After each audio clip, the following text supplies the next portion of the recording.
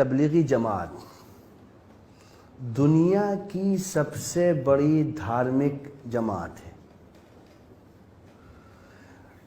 उसके लीडर हैं इस वक्त मौलाना साद साहब। मैं आपको एक एडवाइस करूंगा, आप वर्ल्ड मैप लेकर के अपने पास बैठें, आप आंख बंद करके जिस कंट्री पर भी उंगली रख देंगे आपको वहां पर मौलाना साद साहब के फॉलोवर मिलेंगे। आप कल्पना कर सकते हैं, वो इतना विशाल व्यक्तित्व है। मैं उनका स्पोक पर्सन नहीं हूं, ना मैं उनका प्रवक्ता हूं, लेकिन मैं एक इंसाफ की दृष्टि से आपको बता रहा हूं। आप किसी भी देश के किसी भी पॉलिटिकल या रिलीजियस आदमी को उठा लीजिए, उनको सुनने के लिए 5 लाख लोग अगर आ गए तो बहुत है, लेकिन मौलाना साद साहब का जब इज्तिमा होता है तो उनको सुनने के लिए 20 से 25 लाख लोग आते हैं, और बगैर किसी सरकारी मदद के ट्रेनें और बसेस फ्री नहीं होती हैं।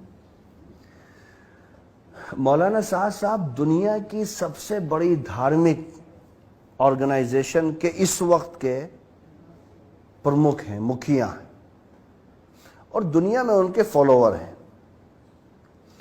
आप भारत में, जो भारत दुनिया को दिशा दिखाता है, उस भारत के कुछ मीडिया हाउसेस की तरफ से उनको क्या कुछ नहीं कहा गया। कहा गया साहब कोरोना बम इन्होंने फैला दिया, ये लोग कोरोना जिहाद कर रहे हैं।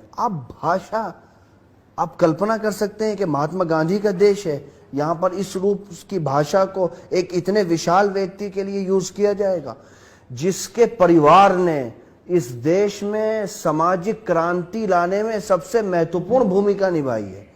साहब ये लोग, इनका काम क्या है?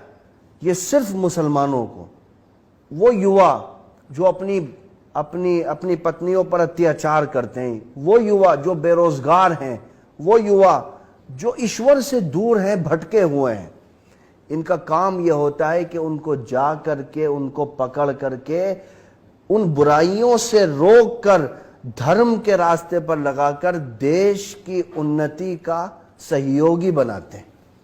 ये इनका काम है, मूल काम ये कोई इस तरह की गतिविधि नहीं करते। मैं आपको चैलेंज करता हूं, चलिए आप सिंगल 100 साल हो गए इन लोगों को देश और दुनिया में काम करते हुए, आप सिंगल मुझे कोई ऐसा केस दिखा दीजिए कि तबलीगी जमात के लोगों ने किसी जगह कोई रेप किया हो, या अपहरण किया हो, या कहीं ट्रेन रोकी हो, या कहीं बस जलाई हो, या सरकार के खिलाफ कोई भी प्रोटेस्ट किया हो।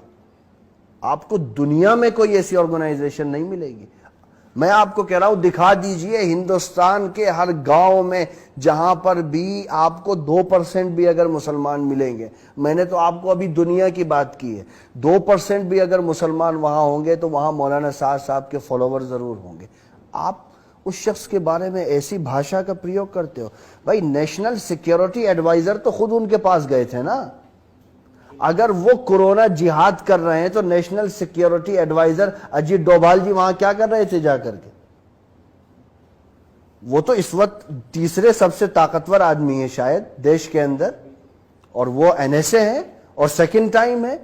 14 से लेकर 19 तक भी थे, उसके बाद उनको रिपीट किया गया और उनकी शक्तियों में इजाफा किया गया। वो खुद गए थे वहां पर।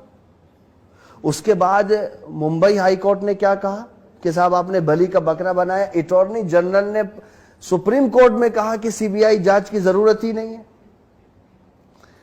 तो ये तो वही हुआ है जो सुशांत सिंह राजपूत केस में हुआ था ना, वही इसमें भी हुआ है। कोई हासिल नहीं है, लेकिन अफसोस होता है, ये गांधी और मौलाना आजाद का देश है। यहां भाषा की मर्यादाओं का उल्लंघन नहीं होना चाहिए। कम्युनिकेशन गैप, मैं नहीं समझता कि कम्युनिकेशन गैप रहा है। आप इस तरह की सिचुएशन क्रिएट कर देंगे कि आप उनको आतंकवादी बना देंगे। सुबह से 6 बजे से लेकर रात 12 बजे तक आपके यहां सिर्फ एक ही टॉपिक रहेगा। तो बस अफसोस होता है कि इस देश के अंदर ऐसा नहीं होना चाहिए था। अगर हो गया है तो कम से कम आगे ऐसा नहीं होना चाहिए। जो लोग इतने विशाल हैं और देश को, जिन्होंने वैचारिक क्रांति इस देश के अंदर जिस परिवार ने लाई है, कम से कम उसको अगर हम इज्जत नहीं दे सकते तो उसको बदनाम करने का भी हमें कोई अधिकार नहीं।